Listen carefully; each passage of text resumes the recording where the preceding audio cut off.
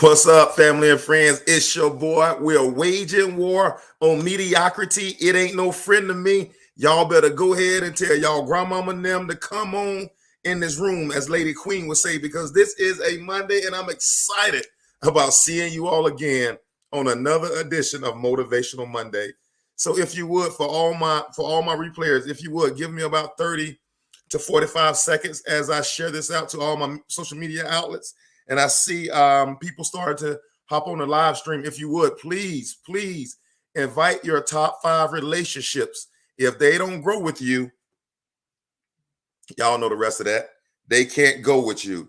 And I know there's some people in your life that you really want to take this journey with you. So if you all would, please tag them onto this live stream right now. And what I'm about to do, I'm about to share it to my top 5. So if you're out there, hey, Vaniqua, thank you for joining us. Hey, if I'm about to share this to my top 5 relationships. So if you're out there and you get this, just know that the motivational teacher sees you as a part of that top 5. So go ahead. For all the people on here, I'm starting to see the eyes add up on this Memorial Day Monday. Please go ahead and share this to your top 5 relationships. And I'm sharing it to mine. I hope you all had a beautiful Monday on this Memorial Day. And I know people who are with friends and family, and you have loved ones that's paid the ultimate sacrifice. So my goal is not to keep you all here, an hour tonight, so you could get back to sharing your festivities, and remembering and remember the people that paid the ultimate sacrifice for this country. I know America isn't perfect, but it's the best we have at this moment in time. So we're going to work with it. We're going to keep being a positive inspiration to this world. And it's just a matter of time before the world recognizes that what we have. Hey, what's up, Ryan? Thanks for joining us, bro. Before the world recognizes what we have. Episode 145, Awaken Your I Am. Man, hey, Courtney, thanks for joining us. It gives me so much pleasure to sit here in front of you all this Monday, knowing and understanding, man, that I am 100, or should I say we are 145 episodes into Awaken Your I Am. I know for my life has been, this is 2 years in the making. My life has been completely changed by this series. It's given me a viewpoint into my own life that I never knew existed until I learned how to fall in love with the great I am who awakens my I am.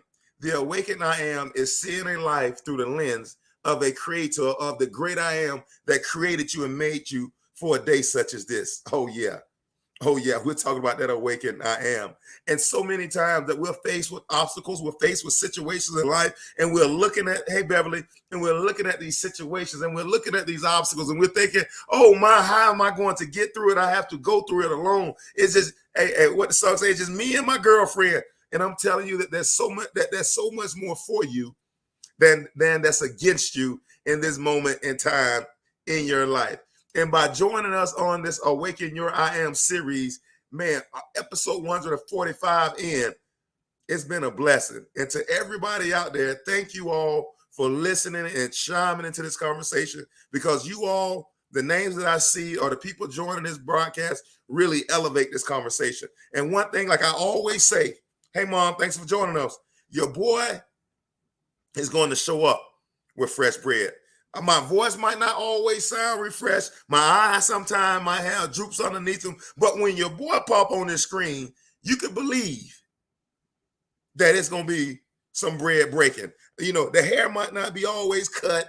It might not look always pristine. But when your boy get on here, no matter what the physical says, it's going to be some bread slung. And tonight, I'm going to sling that bread. 145, Awaken Your I Am. Why me? I want to talk about those 2 words for 1 second. Yesterday on Bridging the Nations, if you all then watched Bridging the Nations yesterday, we had a very powerful, I'm not going to call it a show. We had a very powerful conversation. And we were talking just about life. And hey, Pat, thanks for joining us. We were talking about life, and we were talking about how life happens to us all. We were talking about how It rains on the just as well as the unjust.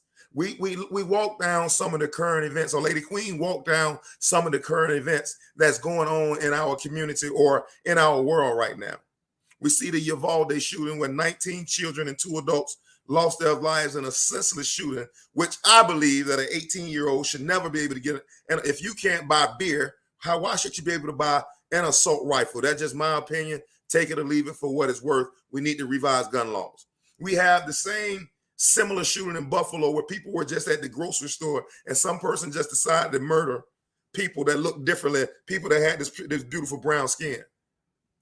That's the world we're living in. The war in Russia, the formula missing on all the shells, gas $5 an hour. And we talked about yesterday, we had the conversation. How does a person that believes live in a world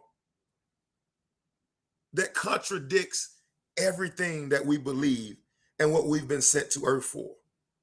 How do I live? How do I get along in a world that honestly doesn't appreciate me for who I am? They don't appreciate my way. How do I get in a world where the people in my circle, all they want to do is see me fail? How do I live in a world where I know what I believe on the inside of me, but I know what my reality is today? And my reality today is not what I see on the inside of me. Motivational teacher, how do I live in this world?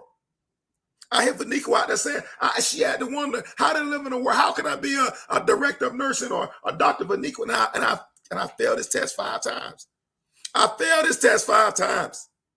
And I got to take it one more time. How do I get along? Oh, yeah, we're going to break bread. Voice, you better line up. Voice, you better line up. We're going to break bread tonight. And tonight, I want to take a brief message to talk about why me. Why me? Why do I have to go through? And I've always said this about myself. I've always thought that, man, why is my path? Why does my path have to be so much tougher than other people's path? I see people who make it. It looks like they have a straight line to success. I see people that have less experience, that don't have as good as a degree, or their work ethic is not mine, and I see them go straight up to success. And I sit back and I wonder, why is my route to success curvy, twisty, up, down, left, right? Why is my route to success doesn't seem to be as linear as somebody else's? Why me? Why me? Why me had to lose my dad at the age of 22? Why me? I never really had in my life when he was young, but by the time he started figuring out what his life meant, bam. At 42, it was over. Why me? Why me? We all have situations and problems that happen in our lives, and we wonder, why me? Somebody out there got a testimony. Somebody put in that chat box, why me? If you've ever asked yourself that question, or if you've ever had a conversation late at night and you're sitting down and tears running down your eyes and you're trying to figure it out, somebody get in the chat box and write, why me? I know there are a lot of people that only want to give you the highlight reel of their life. There are a lot of motivational speakers. There are a lot of pastors. There are a lot of people that seek to inspire us, but they only give us the highlight reels of their life. We only hear about the fast cars. We only hear about the big houses. We only hear about the mansions. We don't hear about the time when you had to, come on, Pat, when I had to stay up and cry all night. I want to talk for a brief moment. Why me? The one thing that I do know, come on, man. Come on, Ryan. Thank you.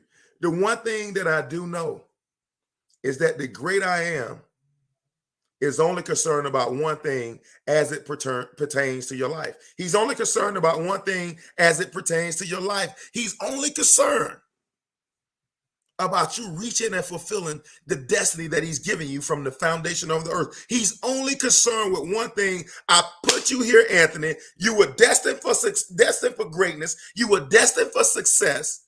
I put you here for a specific person and a specific reason. I'm not overly concerned about your feelings. I'm not overly concerned about how you think about what you're there for. I'm more concerned about you getting to your destiny and getting to your goal. Why me? Why me have to suffer this way? Why me? I'm a good person, Lord. I tithe, I give. Why me? Oh, we've all asked that question. Why me? And the phrase that follows, why me, is so important because it begins to dictate the story that we tell ourselves. The reason why so many of us are struggling to believe the vision that God has given us is because that we've been through so many things that's questioned who I am. Why me questions who I, come on, man. This is going to be a bread breaking moment. When I ask the question, why me, I'm questioning who I am. I'm questioning the path that I've been given. I'm questioning sometimes even my existence. Why me? Two words, but there are no two words you can put together to be much more detrimental to our outlook than those two words. Some people say I am, but the genesis of I am is why me. Come on, man. Come on. The genesis of I am is why me. Oh my God, I'm gonna break bread. I know that's deep for the first 9 minutes. Before I am was why me. That's strong, right? I know Awaken Your I Am. I know that's the name of the title. I know I'm on 145. And as I begin to find new revelation, I begin to share it you all. But the Genesis, even before I am, there was why me. Why even before, come on, I'm coming right down the alley. Before I am, it was why me. I can never craft the right I am if I don't understand why me. If I take and internalize everything in my life that doesn't look like the vision that I have for myself, we'll constantly be asking the question, why me? And yesterday on Bridge to the Nations, we were having this conversation, and I had been doing some meditating during the week, and I didn't even know this was going to come out, but I've gotten a couple of what do they call DM messages from this comment where people wanted to know more, and they wanted me to break bread on this a little more. But I thought on this Motivational Monday, I can set it up just a little better. We're asking the question, why me? Walking us down some of the stories that we've told ourselves and some of the areas of our lives where we might be a little apprehended to believe that I could be called to greatness because of why me. All right. So I wanted to give that context so I could pull John 15 back in this conversation that we were having Sunday. John 15, he said, I am the true vine, and my Father is the husbandman. Every branch in me that beareth not fruit, he taketh away. Every branch that beareth fruit, he purges it, and he makes it bring forth more fruit.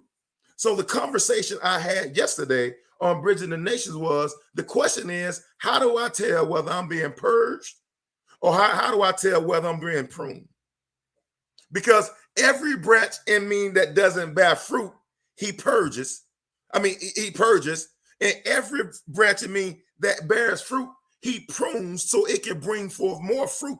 And I think the challenge when we're asking these questions, why me, is, am I being purged?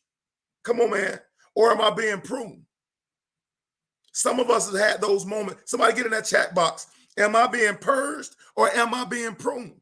What's the purpose of this challenge that I'm going through right now? What's the challenge of what I went through 5 years ago? And the natural mind. Yeah, Beverly, thank you.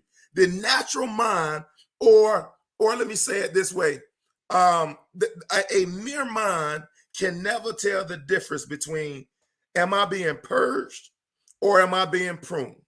They're so busy looking for people to collaborate with the story that they believe about themselves or how they see the situation that they never take a step back to look at the situation and ask one simple question: how can this work for my good? How can this work for my good? Am I being pruned or am I being purged? Until we're able to answer those two questions, I don't believe, I know it says all things work together for my good, but if I cannot answer the question of whether I'm being purged or whether I'm being pruned, then I have no way of knowing where to stand in the midst of this situation. And without me knowing which direction or which viewpoint to have during this conversation or during this situation, left to my own mere mind, it's always going to equal purged. We believe that it's something that God has taken away. We believe that it's something, we believe that it's an area of our life that cannot live. I started this conversation telling you that the great I am is only concerned about one thing: what you've been called, your destiny, your purpose, and your greatness. He's only concerned about that one thing. Everything, Lady Queen brought it to the conversation yesterday. Everything that Job went through was not him trying to get something from Job. It was him trying to get something to Job. Job was not being purged. He was being pruned because there was something more that God wanted for him to have. We think about the story of all these great people in history that had the ups and downs and the skids and the valleys, but they understood one thing about the process. They understood one thing about the process: that a denial is never a long-term no. A no, not right now, is not a no forever. Am I being purged or am I being pruned? And until I learn the difference between the two, we're going to break bread right now. And the funny thing is, the great I am awakens our I am. The great I am, he in our lives, he know how to separate our bone from the marrow. He knows how many hairs are on my declining head. He knows, man, you're the apple of his eye. He knows you more intimately than you even know yourself. I know you think your best friend knows you better, but the great I am knows you even better. And he knows those areas in your life where he has to go in and purge or prune you. Now, there's a situation in our lives when we're dealing, let me say it like this. If you're cheating on your taxes, man, that needs to be purged. That's a mindset. If you're cheating on your taxes, or if you're doing something illegal, just right off top, that's purged. Because if you're putting more faith in the illegal activity that you're doing than who the great I am is through you, automatically right there, that should be purged. If you got people in your life that are leading you in the wrong direction and that's asking you to do things that you know are not favorable, or you got people in your life that every time you leave that person, you leave defeated, purge. I'm breaking bread right now. If you're watching videos that does not, or you're watching TV shows that does not feed your vision or that does not feed your destiny, purge. Purge. Man, here's the secret about life.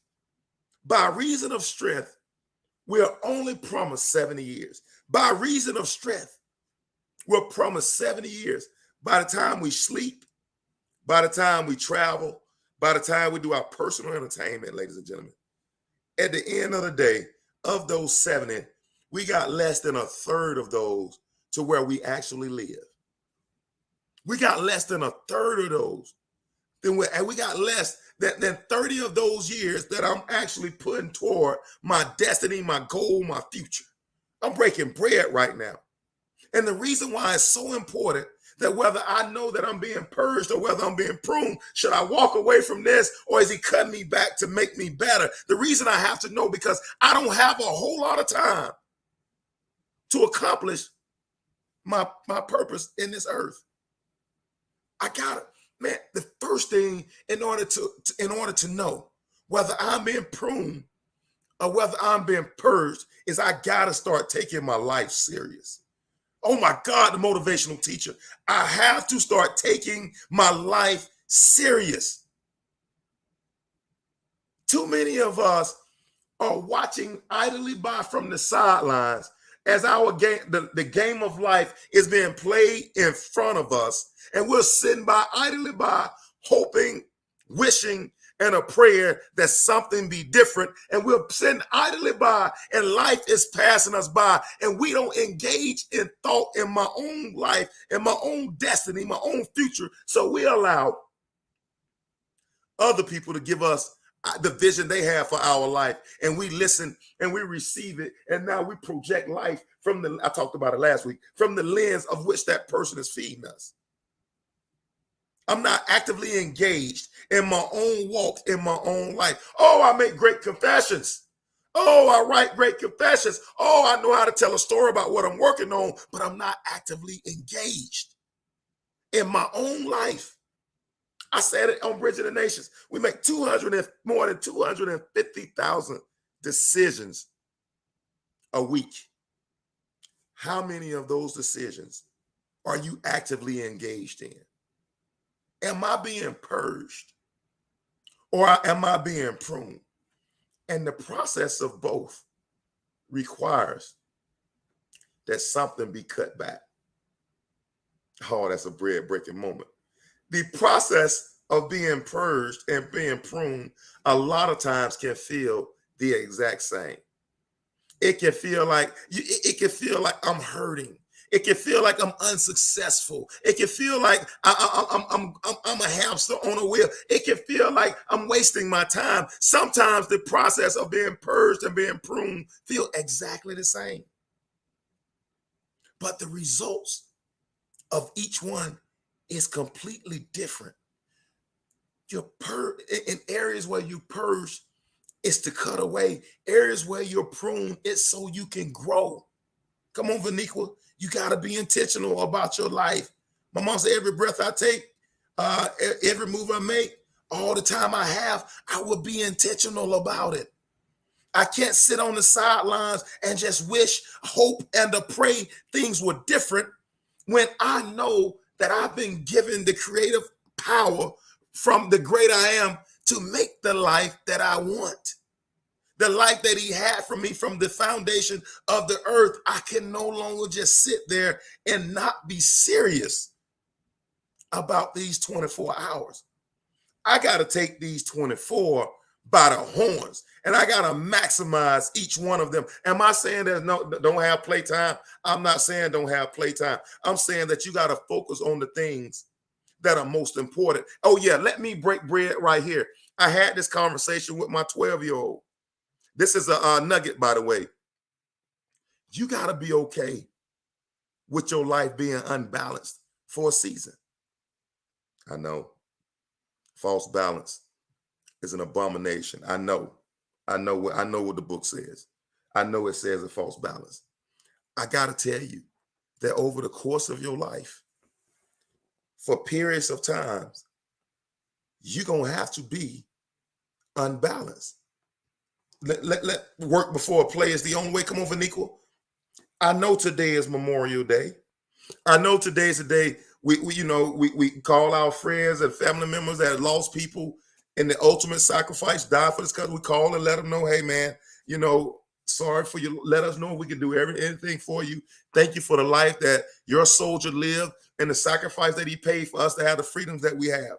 Thank you so much. I know this is the day where we throw barbecue chicken on the grill, and I know this is a day we do all those things, but I'm telling you, for a period of time, your life has to be unbalanced. But you know where my wife, my two sons, and I were at 11 o'clock, from 11 to 2:30, we were in the gym.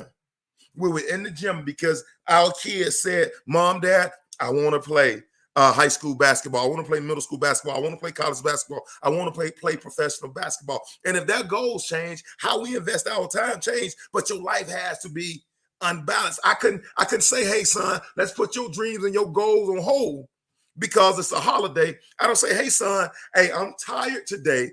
I've been around the world the last 2 weeks on planes, in and out, and about to get on another one. I can't say to my son, I'm tired right now. We can't work on your goals and we can't work on your dream. For a moment, your life will have to be, until you get to a place. Oh yeah, man. Come on, Vaniqua. Until we're able to get to a place, I'm gonna break bread because I know they've told you that, oh man, I gotta be so balanced in my life and how I see things, and I gotta do this and I gotta do that. You're too busy doing many things. I'm telling you right now that if you're gonna be great in something, your life will have to be unbalanced for a while. For a while, my wife and I, we lived on beans and rice and beans with Dave Ramsey as we were trying to get out of debt for a long time. For 5 to 7 years, all I read or listened to were growth books and videos about how to grow, to personally invest and develop yourself. All I read for 5 to 7 years were things about how to get me from out of Lodabar and get me to a place to where I get above water. All I read for 5 to 7 years, my life was unbalanced. I didn't watch, man, I wish I could even name some shows. I wish I could even name some TV shows. I wasn't listening to Tupac and Lil Yachty and whoever else is out there right there because I'm investing. Your life has, when you're climbing, oh my God.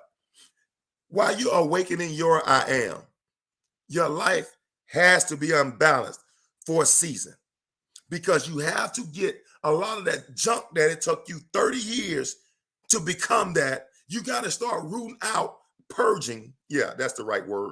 You got to start purging some of that junk out of your life, and so you can start getting the right information in. And as you begin to purge, you'll see the great I am prune, because some of the things you went through, you thought you had to purge, and the great I am said, no, no, no, no, bring that to my party. I only need to prune it. Oh my God, I'm breaking bread right now.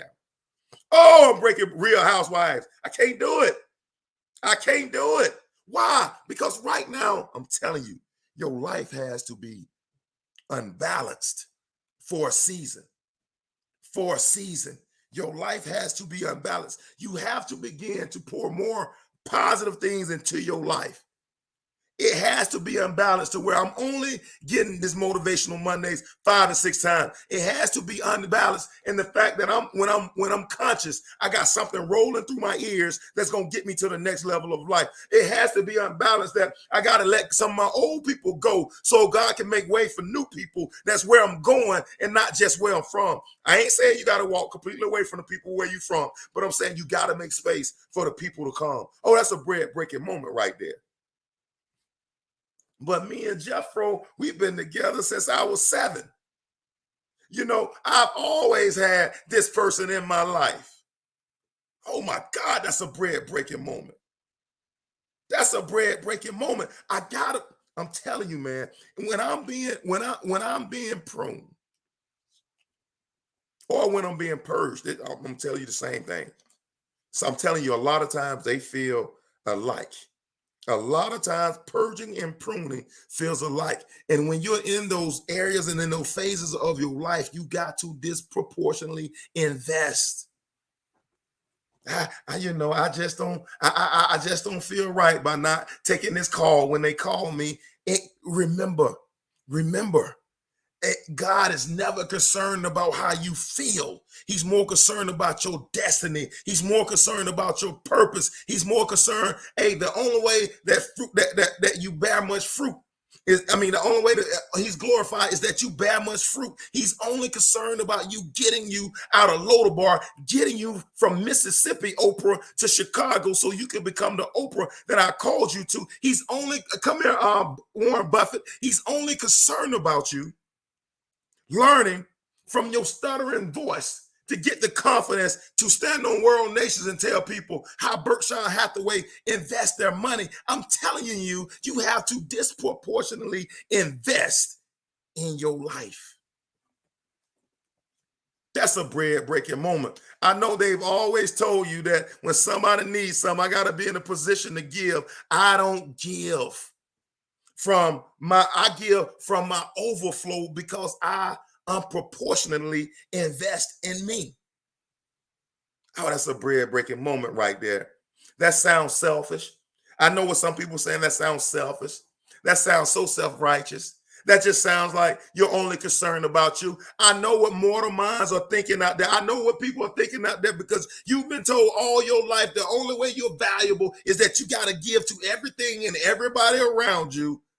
And you're so worried about what people around you think or feel or say about you that you allowed yourself to disproportionately invest in people and their thoughts and what they feel about you than you have in what the great I am has awakened your I am to.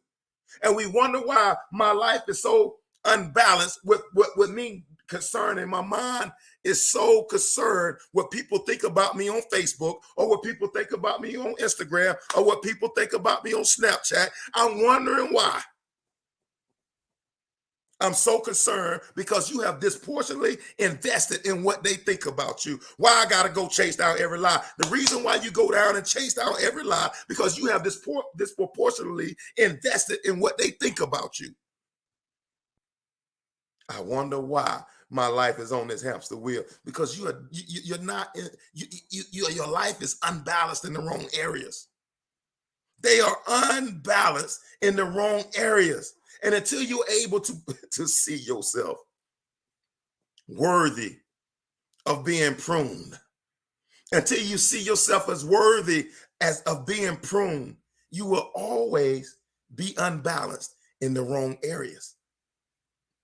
We're unbalanced in the fact that I can spend 6 hours on social media that has nothing to do with my own personal growth and development. It's just me being nosy and want to know what's going on. It's unfortunate that even on our secular jobs, we spend so much time in all the mess and drama that we spend very little time working trying to increase our skills so I could be ahead of the next 5 years. If you're not working, if you're not working to increase your skills for what you do today, in 5 years, what you're doing today will be completely obsolete.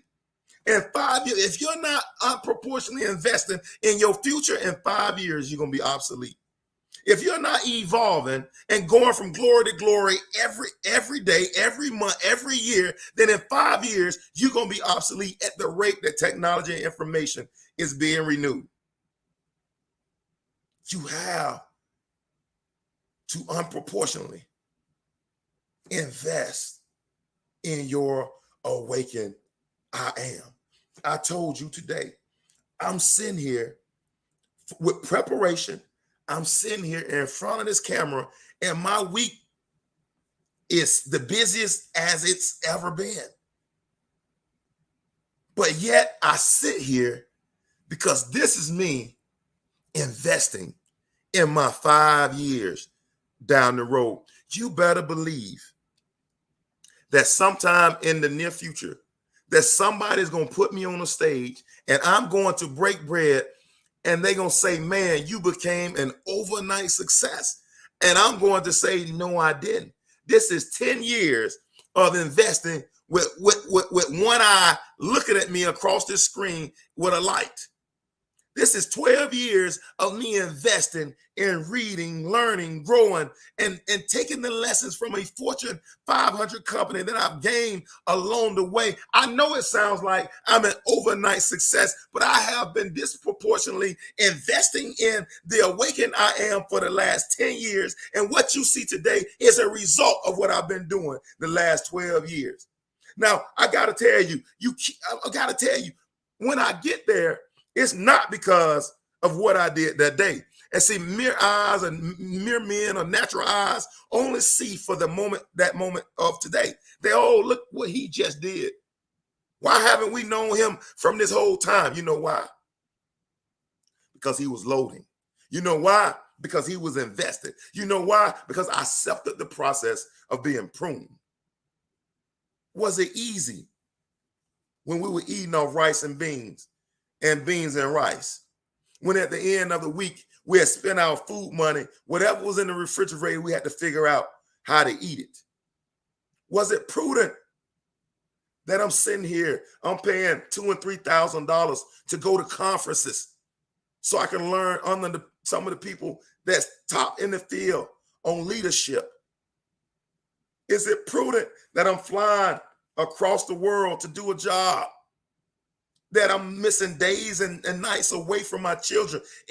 I know what some people are saying, motivational teacher, you're doing too much. But let me tell you what you can't do and what I can't do.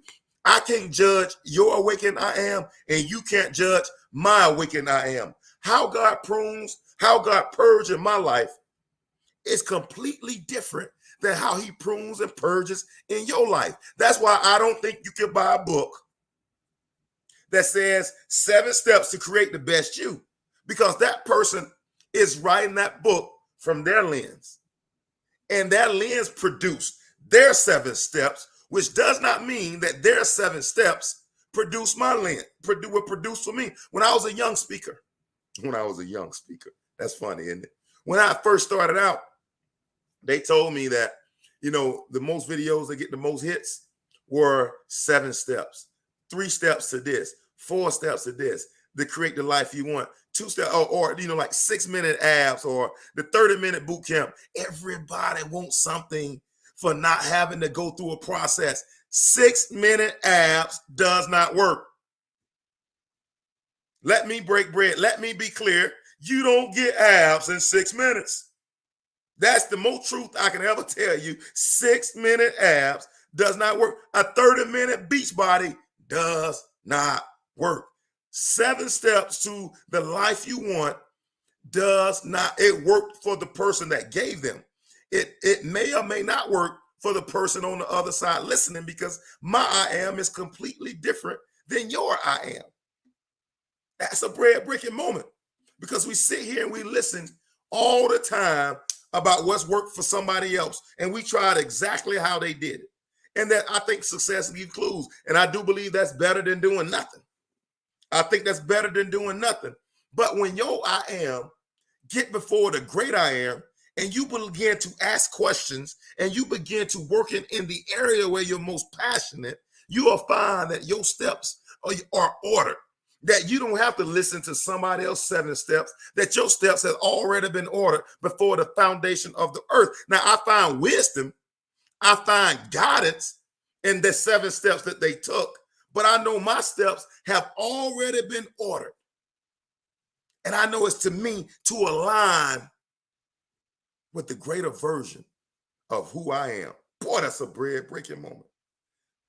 That is a bread-breaking moment right there. My steps are ordered. Like if I'm going through, I'm going to grow through. Somebody write that down. If I'm going through, I'm going to grow through. I do believe that all things serves God's purpose. That's a bread-breaking moment.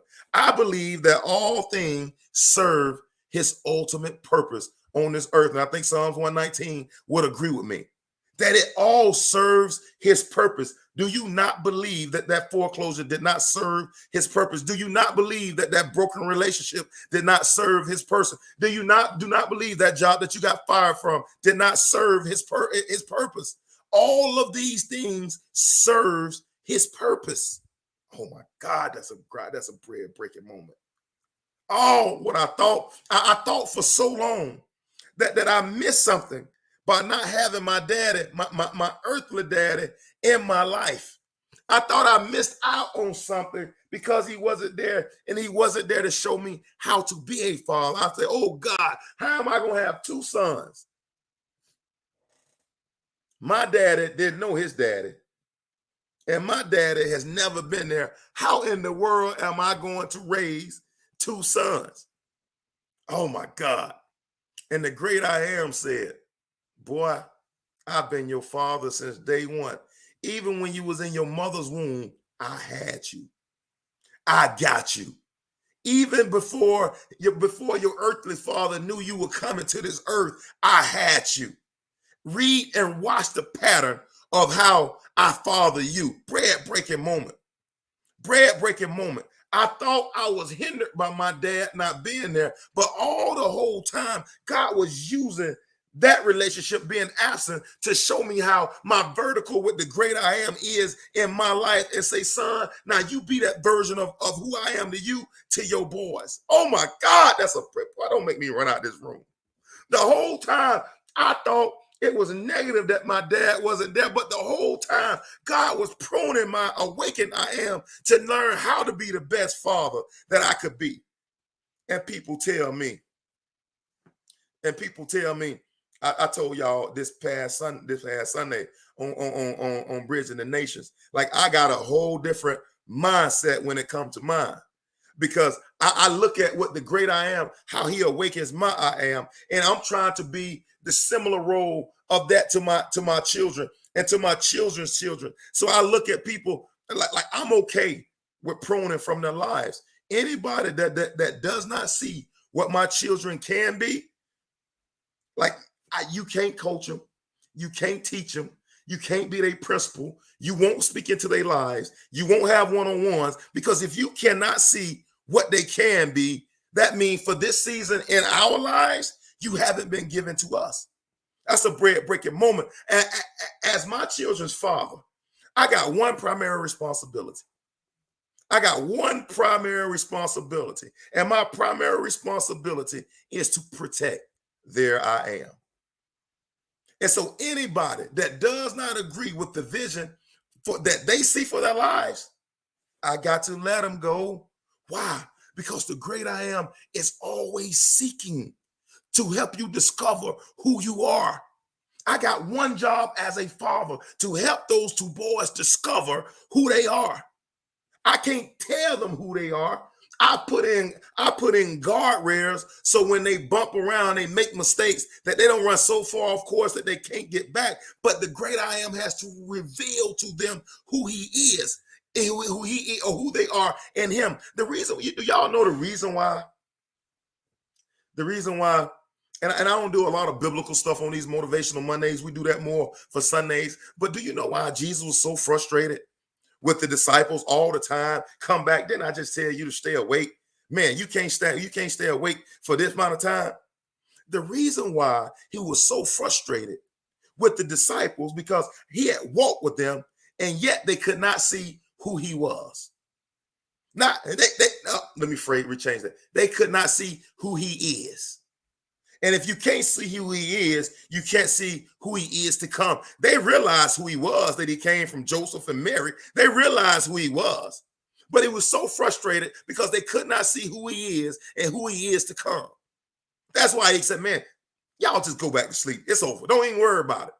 That's why he was in the Garden of Gethsemane by himself, not because he chose to, but because he was frustrated. They could not know they did not see who he is. And so the challenging thing for any human, oh my God, is to see who you are before you become it. Oh my God. That's why it's so challenging. That's why it's so frustrating, because you have to accept the version of who you are to come before you get it is.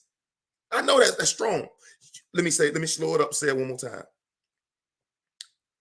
The hardest thing for a mere mind or a human to see is what's to come from the version that is. And I'm telling you, the only way to get the version to come is to see it as the version that is. Oh, somebody talk to me right there. I know that's strong. I know that's deep. But I'm telling you, he's the one that was, is, and is to come. All three wrapped in one: was, is to come. But in reality, you don't get the is to come if you can't accept the is to come, why it is. That's why it is to come. You have to accept it as today. So the one that was, is, and is to come. Is always present. The version of is has to be the same version that is to come. Oh my God, I done stumbled across a bread-breaking moment. Why was he so frustrated? Why did he say, why was he Thomas, why you need to feel my hands? You saw what I did. But nevertheless, Thomas, come feel him. Why? You saw when I was here. You could not see the version of is to come through the is. You could not see that version. And until we're able to get beyond the is, until we're able to understand that by us being pruned, it's putting us in place to be is to come. Man, that's a bread breaking moment. That is a bread breaking moment. Protect your minor children's purpose. You got to do it, Facebook user. You got to see it before you see it, or you'll never see it. Well said. You got to see it before you see it, or you'll never see it. Williams, come on, Pat. Williams translation. You gotta see is to come while you're is. If you can't see is to come, why is going on the inside of you, just like Karen Clark Shields just said, you'll never will see it. Man, this is awesome. Pat chiming into this conversation. You were prepared for this journey to teach a nation, not just your earthly assignment with your kids, but the great I am. The great I am children also. The assignment is bigger. You are utilizing that same technique. Come on, Pat. Come on, Pat. That's why I'm saying, Pat, that's what I'm saying, that, man, God gives us these situations. He gives us these areas in our lives that we thought were meant to harm us, or we thought that were meant to keep us from our ultimate purpose. But at the same time, he's using that situation to prune you for a higher purpose and a higher call. Thank you, Pat. You got, not only did you hear it, but you verbalized it, or you wrote it in words to where people can understand it. That's awesome. And more of us. I'm telling you, man. I know Tony Robbins wrote a book called Awaken. I think called Awaken a Giant, or Awaken the Giant. Oh, Awaken the Giant that's in you. Tony Robbins wrote that book, Awaken the Giant that's in you. And we all have that giant on the inside of us. Williams' translation is awaken your I am. What Tony Robbins is calling a giant, I call your I am. That there's a is to come version of you that right now your ears have not accepted. And you believe that being pruned is you being cut away. What's up, Charles? Thanks for joining us, bro.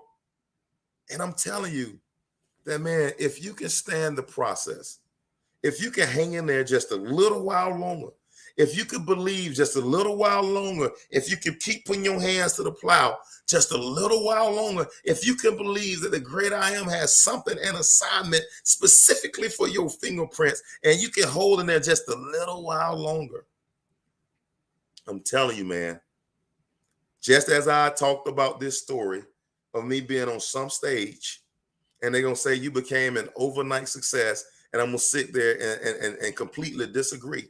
I don't believe in overnight successes. Nobody come out overnight as a success. There is a process. There is pruning in the process that makes you successful.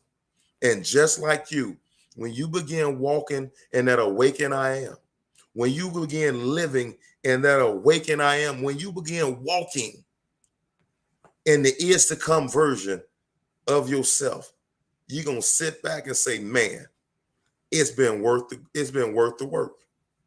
It's absolutely been worth the work. I can give you 13 ways to 13 ways to become a better version of you. I can give you 32 ways of how to eat better in your life. I can give you 17 ways of how to save money. And those strategies will work. They will work. But until you begin to believe that there's something special about your I am, see, here's the thing. I can give you 4 strategies. And the same 4 strategies might have worked for me. And you could take those 4 strategies and work from them as a baseline. But then you have to commingle those 4 strategies I gave you with the great I am's vision for your life, and have the confidence in your awakened I am to say, I'm going to tweak those 4. And I'm going to tweak the 4 that I gave, and believe the 4 that the great I am has awakened inside of me are much stronger. See, what most of us do, we hear what Eric Thomas says, we hear what a TD Jakes says, we hear what Jim Rohn might say, and we take it and we write it down as Bible law. They said it this way, I receive it this way, let's go out and execute. And I'm saying you will get some fruit from that. You will get some fruit. But the moment when you start believing that, when you start mixing your experience, what you've seen from your lens, what you've seen from your eyes, and your awakening I am with those 4 steps, is when you see tremendous C4 growth in your own life. Too many of us are trying to be carbon copies of somebody else. I'm telling you, be an original.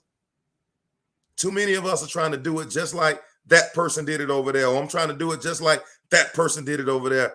I don't have to do it like they did it, because the great I am has awakened my I am. And there's two, that just like fingerprints, there are two no I ams that are exactly alike. Both of my kids grew up in the same house, same mama, same daddy, and they're completely different in a lot of ways. Some ways they're the same, but in a lot of ways they're completely different. There are no two awakened I ams the same way. So you got to trust your process. I know, I love it. Vinica was telling her story. She had to take the test 5 times. Somebody else had to take it 1 time, but she got to trust her process. I can't be upset. I can't be bitter. I can't be angry because somebody else got it 1 time. I got to trust my process. When I become angry, when I become bitter, I disarm myself of gaining the knowledge from that person. I got to trust my I am. My journey might not look like the next person's journey, but I trust that the great I am has my journey in his hands. And I do believe that all things work together for my good. Fred Hammond said, even the things that I can't see, I know they're working.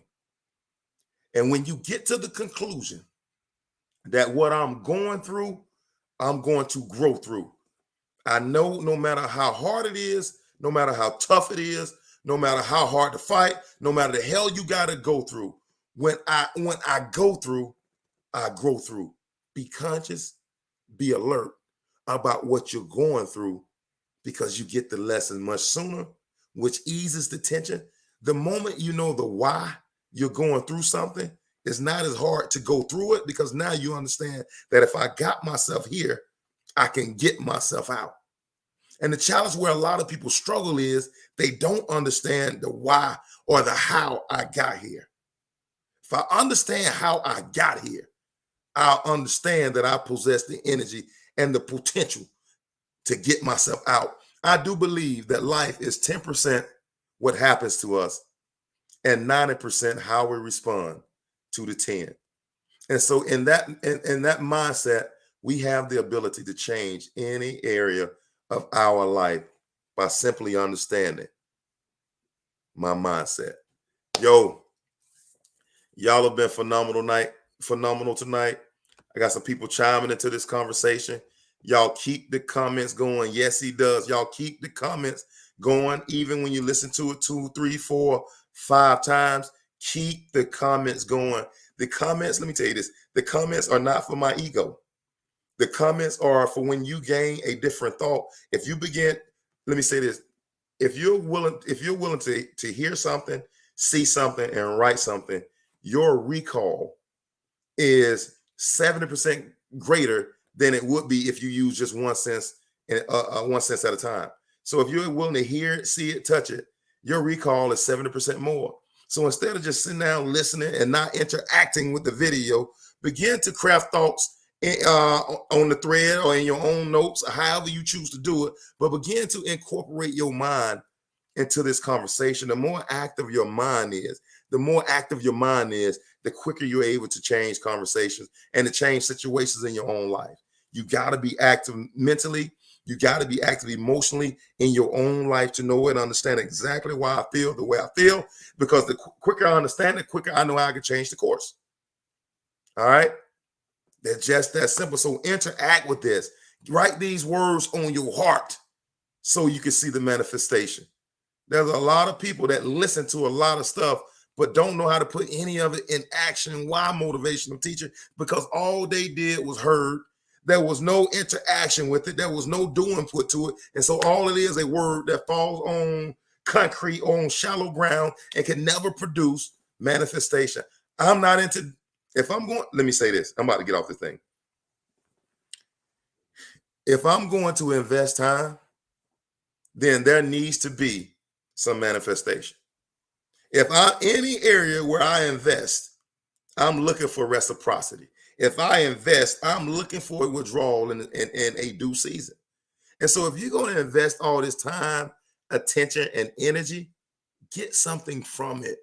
Mentally engage with it. Listen to it 2 or 3 times until it becomes one with your conversation, until you find harmony with it and your word. All right? Go ahead and get into that thing. And remember, not everything in your life is a purging. It can be a pruning, but it's up to you to engage mentally in this conversation. Man, this is awesome. Thank y'all for chiming into this conversation. I still got people, my purging is necessary for the pruning. Come on. It is necessary. It is necessary. That's a new revelation. It is necessary. Build up. Look, wax on a beautiful floor. It's got to be taken up, ugly spirits and all. Father, purge me. Come on, Facebook user. I'm telling you, man, there's something special on the inside of us. But we got to get toward the living. And until next time, I am challenging you all to wage war on mediocrity. Your boy is out. It ain't no friend to me. Wage your war.